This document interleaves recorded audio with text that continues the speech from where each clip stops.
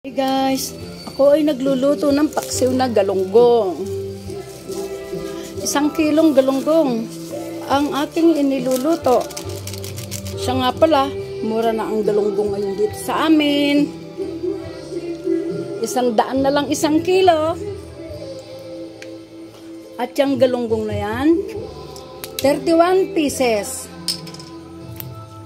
Tapos, yung mga sangkap na nilagay ko dyan, buhat sa ilalim. Nilagyan ko po ng sangkap yan sa ilalim.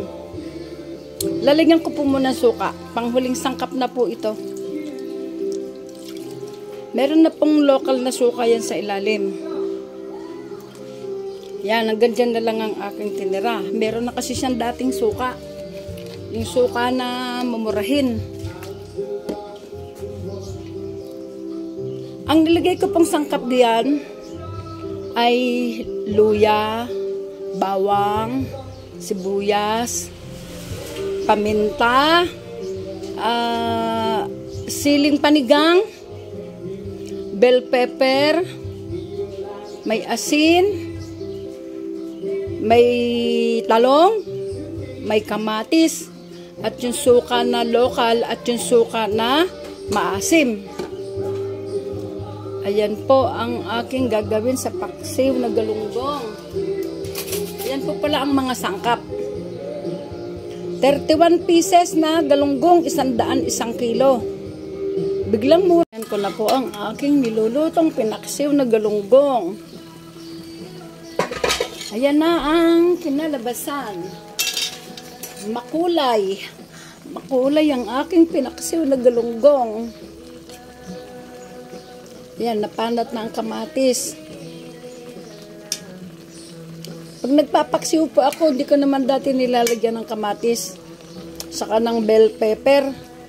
Para lang po maging makulay ang aking pinaksiw. Ayan, titikman ko pala ang pinaksiw.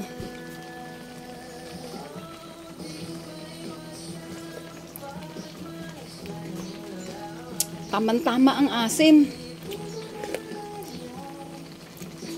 Ayan, hindi ko na po hahaluin yan.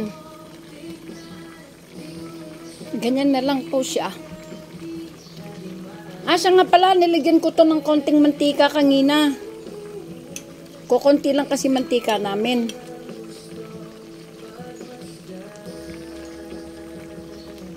Ayan po oh, buo-buo pa ang aking galunggong. Tingnan ko italong kung luto na. Medyo matigas pa ang talong pero okay lang yan. Lumasa ang lahat ng sangkap. Lumasa ang luya, bawang, sibuyas, paminta, at yung suka at yung asin. Yan po guys, ang aking pinaksiw na 1 kilong galunggong. 31 pieces. Mura na ngayon ang galunggong. Makakatipid na po kami sa ulam. Dahil mura na ang galunggong dito sa amin. Hinihintay na po ng anak ko kung luto na daw po. Okay na, luto na po ito. Paksiw na galunggong.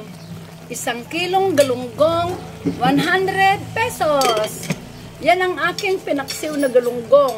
Pinaksiw ko lahat ang 1 kilong galunggong. Okay po guys. Paksiw na galunggong, 1 kilong galunggong, 100 pesos. Ipinaksiw ko lahat ng 1 kilong galunggong. Ayan po guys, mura na ang galunggong dito sa amin. 1 kilo, 100 piso na lang po. Kaya pwede na pong magpaksiw ng maramihan. O yan po, kahapon 140 pa 1 kilo. Ngayon 100 na lang ang 1 kilo. Yan, masarap ang paksiw na galunggong.